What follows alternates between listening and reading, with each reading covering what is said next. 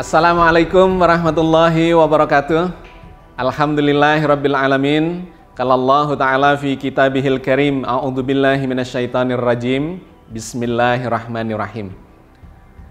Wa ma khalaqnas samaa'a wal arda wa ma bainahuma la'ibin. Wassalatu wassalamu ala nabiyyina Muhammadin wa ala alihi wa ashabihi wa ummatihi ajmain. Alhamdulillah, saudara sekalian, sahabat sekalian, kita berjumpa lagi dalam episode ke-64 dari program Islam Futuristik.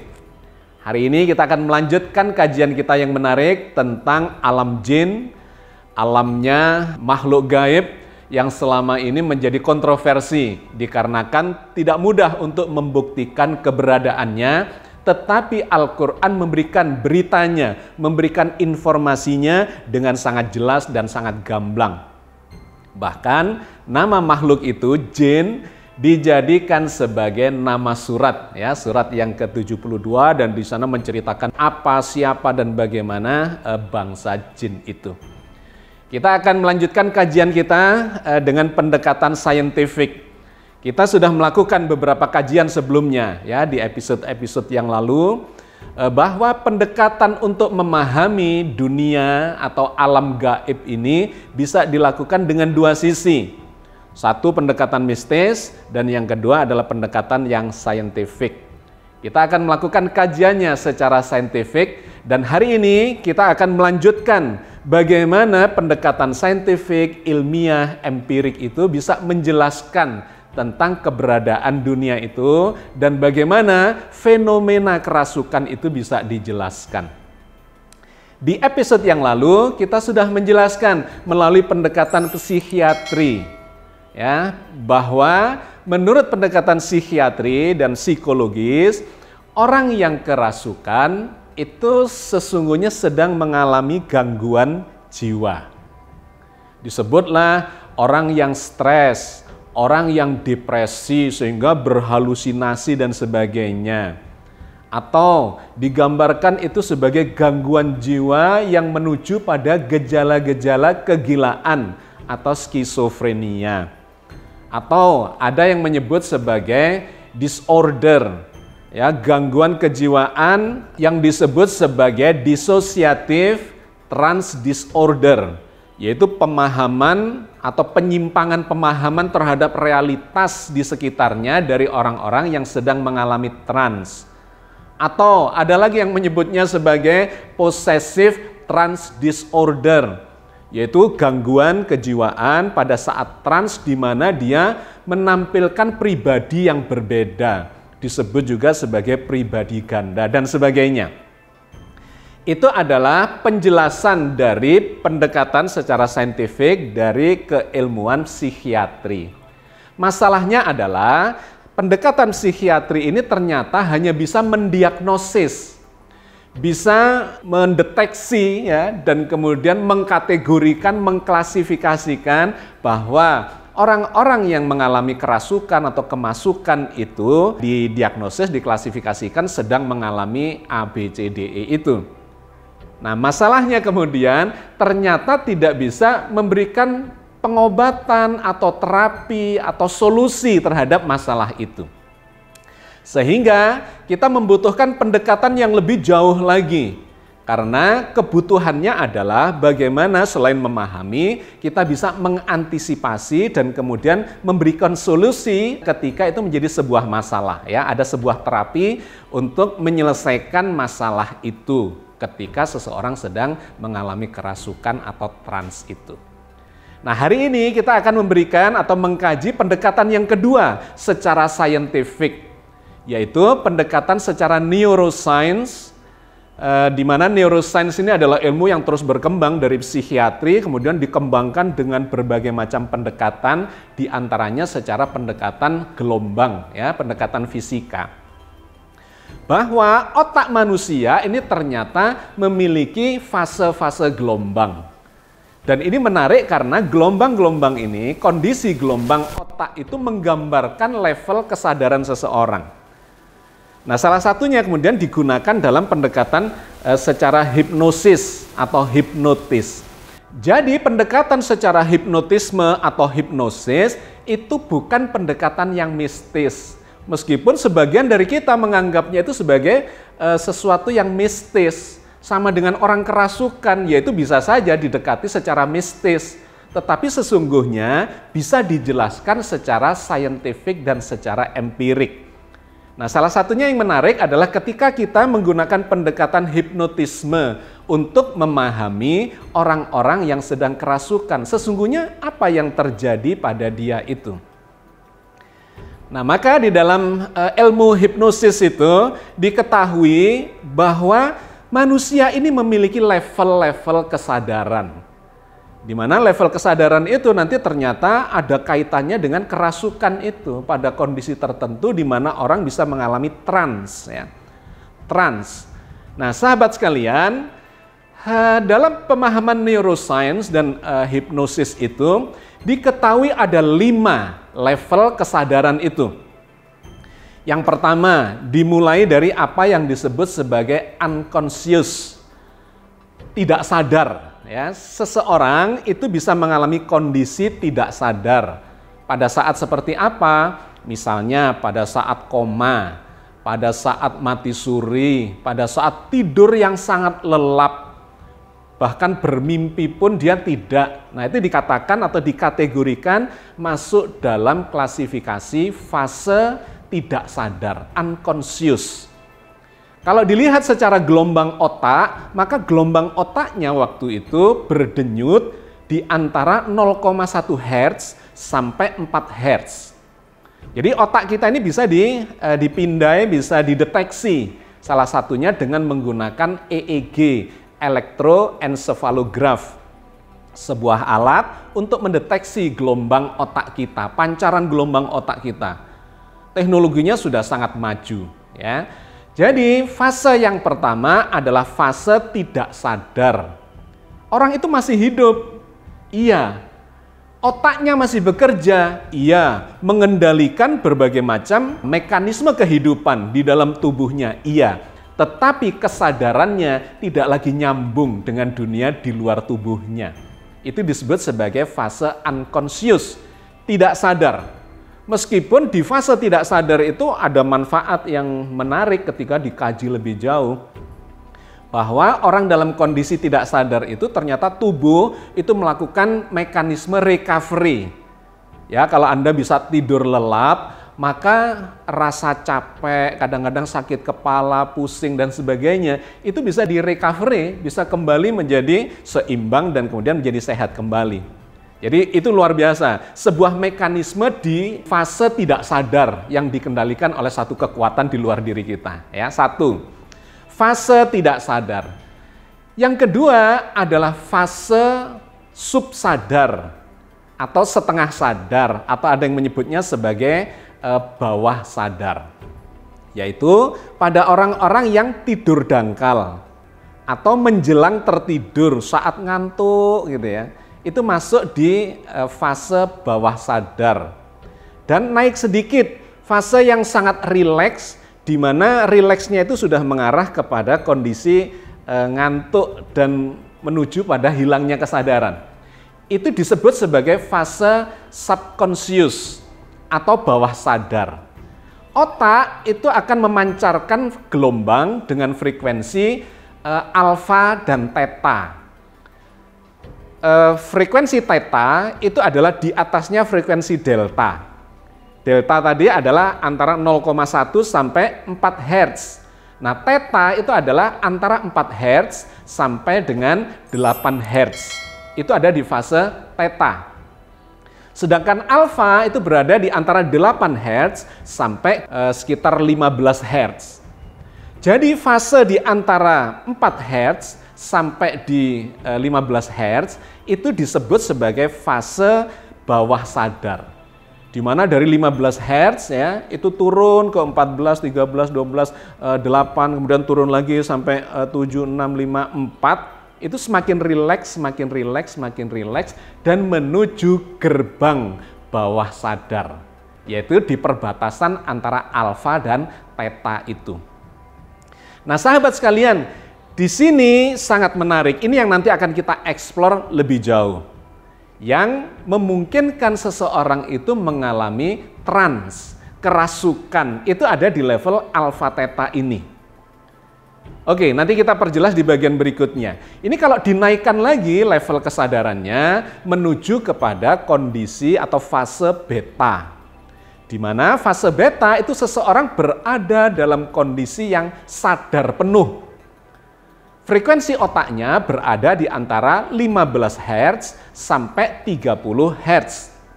Orang yang sadar itu memiliki keseimbangan antara logika, rasionalitas, dengan emosinya. Itu berada dalam keseimbangan. Pikiran dan perasaannya itu dalam keseimbangan untuk bisa memahami realitas yang terjadi di sekitarnya.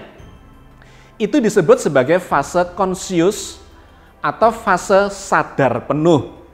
Yang kalau ini diturunkan menuju alfa theta tadi, menuju ke kondisi bawah sadar, maka rasionalitasnya, pikirannya, ya, mekanisme berpikirnya itu akan menurun.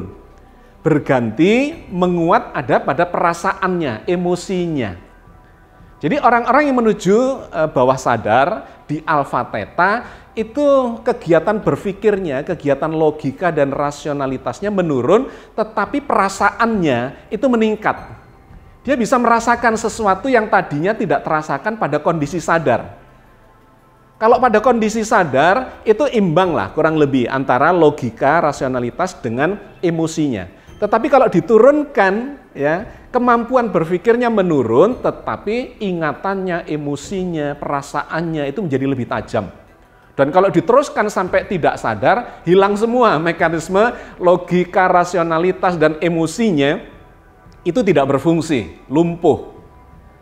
Nah, yang menarik ketika kondisi sadar pada beta itu dinaikkan lagi frekuensi otaknya menuju di atas 30 Hz sampai menuju kepada 100. Nah, disitulah kemudian disebut sebagai gelombang gamma. Seseorang menggunakan kemampuan energinya sedemikian besarnya, logikanya untuk menyelesaikan masalah-masalah yang sedang dihadapi, maka dia akan memancarkan gelombang gamma itu. Mengerahkan energi yang besar untuk mengatasi masalah. Itu frekuensi otaknya akan meninggi sampai 100. Nah, yang terakhir, ketika otak itu bergetar berfrekuensi 100 sampai 200 Hz, maka dia masuk ke yang disebut sebagai lambda. Lambda itu disebut juga sebagai hipersadar atau hiperconscious. Kalau gamma antara 30 sampai 100 disebut sebagai supersadar atau superconscious. Nah, di level hipersadar itu dikatakanlah dalam sejumlah penelitian seseorang akan memiliki kemampuan supranatural. Ya, bisa mendengar sesuatu yang tidak terdengar oleh orang yang sadar, atau memahami, merasakan kehadiran sesuatu di luar kemampuan ketika dia berada pada frekuensi sadar. Ya, itu menarik, masih menjadi kajian yang belum selesai, tetapi bahwa orang yang memancarkan gelombang lambda 100 sampai 200 itu dia memiliki ketajaman indera keenam untuk menangkap sesuatu yang tidak bisa ditangkap oleh orang lain. Oke, sahabat sekalian, itu sepintas tentang gambaran level-level kesadaran. Bahwa kesadaran seseorang itu sudah diteliti secara saintifik, ternyata ada level-levelnya. Dimulai dari tidak sadar, setengah sadar, sadar penuh, super sadar, dan akhirnya hipersadar. Nah, ternyata itu memiliki efek yang berbeda-beda atau perilaku, ya, output perilaku yang berbeda pada setiap orang yang mengalami level yang berbeda itu. Nah, apa kaitannya dengan orang yang kerasukan? Dalam berbagai penelitian, orang yang kerasukan itu otaknya memancarkan gelombang di bawah sadar, yaitu di gelombang alfa theta. Antara 15 turun ke bawah, ya, sampai 8 itu alfa, 8 turun sampai ke 4 itu berada di level theta. Nah, dia bergerak semakin ke bawah, dia semakin mengalami kondisi trans yang dalam. Jadi ada yang disebut light trance, ya, trans ringan, kesurupan ringan, atau deep trance dalam kondisi yang dalam. Semakin dia masuk ke alam bawah sadar, maka dia akan semakin mengalami berkurangnya kesadaran dia. Nah, apa yang terjadi ketika dia mengalami berkurangnya kesadaran itu? Logikanya akan menurun terus. Rasionalitasnya menurun. Kemampuan berpikirnya akan menurun, tetapi perasaan dan emosinya itu menjadi lebih dominan. Sampai nanti hilang semua ketika tak sadar, ya. Ini berada di level bawah sadar. Ternyata disitulah level orang yang kerasukan, yang disebut sebagai trans, itu selalu otaknya memancarkan level alfa theta. Saya ingin memperkenalkan sebuah bagian di dalam otak manusia yang namanya sistem limbik. Itu berada di bagian tengah otak manusia. Jadi secara neuroscience, otak ini sudah dipetakan, ya. Ada bagian-bagian yang bertanggung jawab terhadap fungsi-fungsi otak itu. Misalnya nih, bagian depan yang disebut sebagai frontal lobe itu bertanggung jawab, berfungsi terkait dengan behavior, dengan perilaku, dengan personality atau kepribadian, dengan kemampuan reasoning, ya, membangun argumentasi dan alasan. Kemudian terkait dengan keputusan, itu ada di bagian otak, inisiatif dan sebagainya, itu ada di bagian otak bagian depan. Yang di belakang, yang disebut sebagai occipital lobe, itu adalah bagian yang bertanggung jawab terkait misalnya dengan penglihatan dan hal-hal yang disimpulkan, ya, proses kesimpulan terkait dengan penglihatan. Ada lagi di bagian samping yang disebut sebagai temporal lobe, ya, yang pernah kita bahas di episode yang lalu, yang bertanggung jawab atau memiliki fungsi terkait dengan auditori, dengan pendengaran, kemudian pemahaman bahasa, itu juga ada di temporal lobe. Terkait dengan emosi, itu ada di temporal lobe.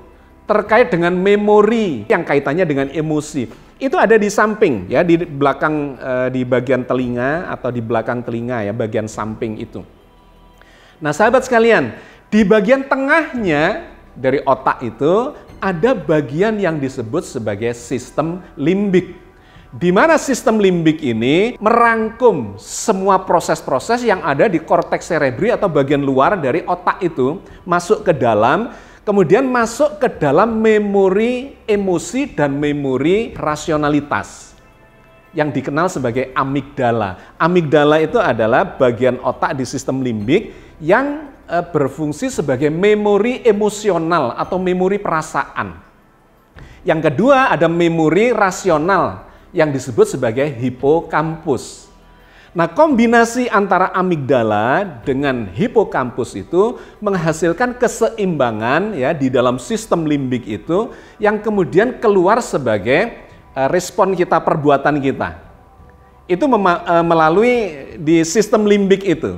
Jadi dari pikiran, perasaan menjadi perilaku, itu masuk ke dalam sistem limbik itu. Nah, sahabat sekalian, saya ingin menggambarkan bahwa seseorang yang kerasukan, seseorang yang mengalami trans, itu tergambar dari fungsi sistem limbiknya itu. Pada orang-orang yang mengalami trans, di mana fase gelombang kesadarannya itu berada di fase bawah sadar, alfa theta, maka itu akan berpengaruh pada sistem limbiknya. Hipokampusnya sebagai memori rasionalnya itu menjadi melemah. Kemudian dikuasai oleh amigdala sebagai memori emosional. Jadi sistem limbiknya dibajak, istilahnya dikuasai oleh amigdala secara fungsional. Apa yang terjadi pada orang-orang yang sedang kerasukan, ya, orang-orang yang sedang terhipnotis dalam kondisi trans, itu hipokampusnya tidak bekerja atau sangat lemah.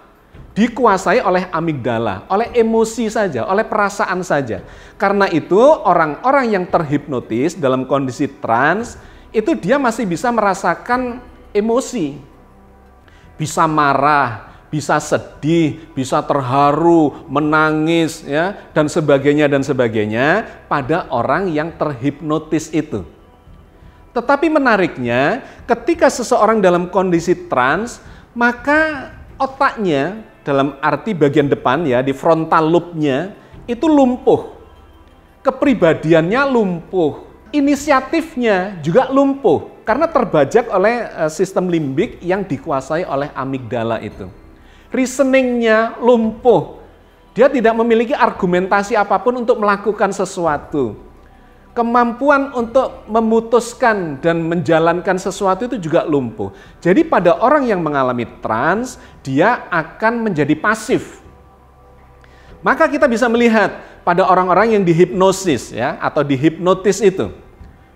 Maka dia dipengaruhi supaya masuk ke kondisi trans itu, dan ketika dia masuk dalam kondisi trans semakin mengarah ke deep trans, maka dia menjadi pasif seperti orang yang tidur.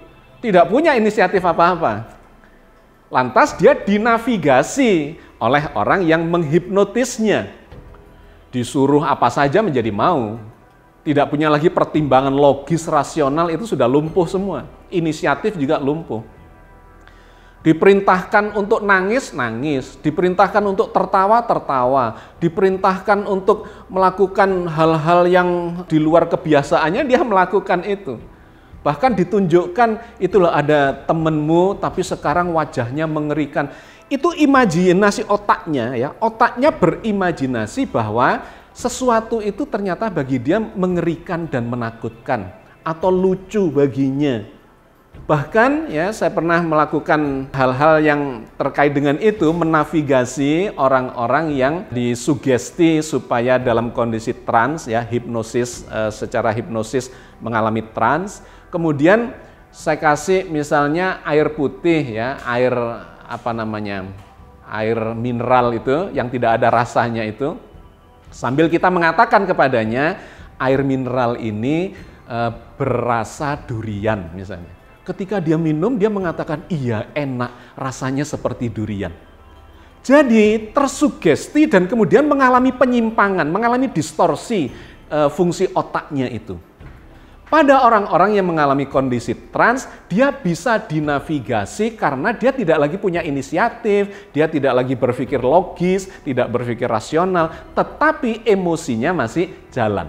Ini kondisi yang sangat menarik terjadi pada orang yang mengalami trans itu. Dan menariknya, dia itu bisa sambil memejamkan mata, ya, hanya mendengarkan saja.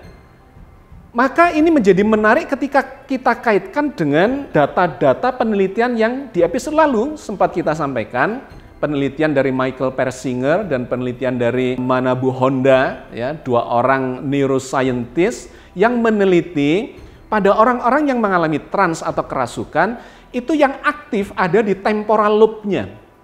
Di mana temporal lobe itu memiliki fungsi terkait dengan auditori, dengan pendengaran, dengan emosi, dengan bahasa, ya, dan seterusnya yang menunjukkan bahwa pada orang yang trans itu ternyata ada bagian yang aktif yang itu akan berpengaruh pada perilakunya, yang itu secara mekanisme otak masuk ke dalam sistem limbik itu. Karena di temporal lobe itu selain auditori ya suara, juga pemahaman bahasa dan memori emosional. Nah itu kaitannya dengan amigdala itu. Ketika ini dinavigasi maka dia akan menstimulasi amigdalanya supaya dia melakukan reaksi untuk berperilaku secara emosional tetapi tidak logis dan tidak rasional. Oke ya, jadi kita melihat benang merah yang sangat menarik di sini. Bahwa orang yang sedang trans, sedang kerasukan atau disebut kesurupan yang dulu didekati secara mistis, sekarang ini bisa diteliti secara saintifik, secara neuroscience. Ternyata itu ada kaitannya dengan level-level gelombang kesadaran. Di mana pada orang-orang yang mengalami kondisi alfa theta, maka dia menjadi tidak logis, tidak rasional lagi karena lumpuh di bagian hipokampusnya dan di frontal lobe-nya, sehingga tidak punya inisiatif, tidak punya reasoning, tidak punya ya personality yang semula menjadi bagian dari kepribadiannya dan sebagainya, itu menjadi lumpuh dan bisa dikendalikan oleh pihak luar, oleh orang lain atau pihak lain, tidak selalu orang ya. Nah, ini kaitannya kemudian ada makhluk lain yang namanya jin ya, yang diberitakan oleh Al-Qur'an itu. Tapi poin penting sebelum masuk lebih jauh ke situ yang ingin saya sampaikan adalah orang-orang yang mengalami trans ini bisa dinavigasi melalui suara. Karena itu yang aktif adalah di bagian temporal loop-nya terkait dengan auditori, dengan bahasa, dengan memori, dan dengan emosinya itu. Begitu dinavigasi, maka akan mengendalikan sistem limbiknya dan kemudian dia berperilaku seperti yang dinavigasikan. Nah, poin penting yang ingin saya sampaikan adalah orang yang sedang trans itu tidak memiliki inisiatif. Jadi selalu dikendalikan oleh pihak luar. Kalau dia dihipnotis oleh seorang master hipnotis misalnya, maka master hipnotis itulah yang mengendalikan dia. Sehingga pada konteks orang yang sedang kerasukan, yang tidak dihipnotis oleh seorang praktisi hipnotisme, maka kita menjadi berpikir, loh lantas siapa yang menavigasi dia? Karena orang yang sedang trans itu dalam kondisi tidak punya inisiatif. Dia merem saja. Dia tidak punya inisiatif, tidak bisa berpikir, tidak punya kemauan yang bla bla bla bla, melainkan menunggu perintah. Sehingga pada orang yang kerasukan, yang tidak dihipnotis, maka kita memiliki argumentasi lantas. Argumentasi pembenar bahwa ada sesuatu di belakang dia. Sesuatu di balik dia yang menavigasi, membisik-bisiki dia ya, dengan suara yang memerintahkan dia untuk melakukan sesuatu itu. Sehingga kita melihat nih benang merahnya bahwa orang kerasukan itu yang dia tidak lagi punya inisiatif, sesungguhnya dikendalikan oleh pihak di belakangnya dia. Yang ketika itu bukan manusia, maka menjadi mengarah kepada keberadaan jin. Kerasukan makhluk halus yang menavigasi dia untuk melakukan sesuatu seperti yang diperintahkan oleh yang menghipnosis dia, yaitu makhluk halus itu. Maka dalam kajian ini kita temanya adalah ketika jin menghipnotis manusia.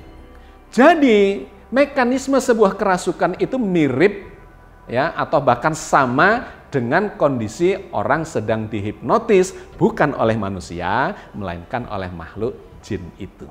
Karena itu sahabat sekalian menjadi menarik ketika kita mencoba mengkaitkan dengan informasi Al-Qur'an yang mengatakan bahwa orang-orang yang diganggu setan, ya diganggu jin, karena jin itu minal jinnati wan nas, ada yang jin setan yang jin dalam bentuk jin dan ada setan yang berbentuk manusia.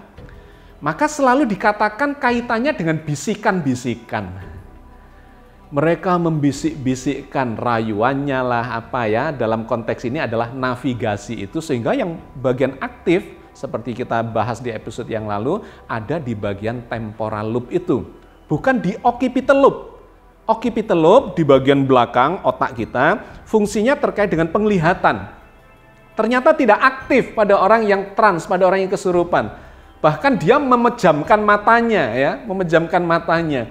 Dan ini kaitannya dengan ayat yang mengatakan bahwa makhluk halus itu yang namanya jin itu bisa melihat kamu dari tempat yang kamu tidak bisa melihat mereka.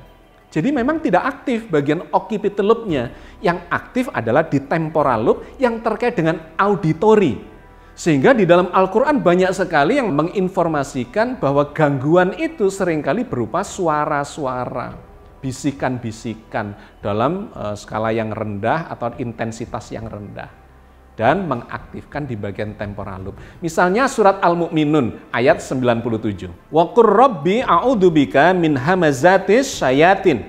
Dan katakanlah, ya Tuhanku, aku berlindung kepada Engkau dari bisikan-bisikan setan. Ayat-ayat seperti ini banyak di dalam Al-Quran yang menggambarkan bisikan-bisikan dari makhluk halus itu, setan dari golongan jin itu. Misalnya yang kita bahas juga di episode yang lalu dalam surat An-Nas gitu ya, yang mengatakan bisikan-bisikan dari golongan jin dan manusia, minal jinnati wan nas. Jadi poin penting yang ingin saya sampaikan adalah Al-Quran memberikan gambaran legitimasi bahwa ketika seseorang mengalami gangguan ya setania dan kemudian kita menyebutnya sebagai kerasukan dan trans, itu proses yang terjadi adalah melalui suara. Bahkan cara menghipnosis seseorang masuk ke kondisi trans itu juga lebih efektif dengan menggunakan suara. Misalnya nih, pada pertunjukan-pertunjukan atau hiburan-hiburan ya di Bali misalnya, ada upacara-upacara yang diteliti oleh Manabu Honda itu. Orang akan memasuki kondisi trans ketika dia mendengarkan musik tertentu atau suara tertentu, mantra-mantra atau musik yang nadanya itu monoton. Misalnya nih, kalau suara musik ting dong ding dong ding dong ding dong ding dong terus ya, itu akan menuju kepada kondisi melelahkan otak kita, saraf-saraf otak kita, dan menuju kepada kondisi trans. Atau yang iramanya alfa.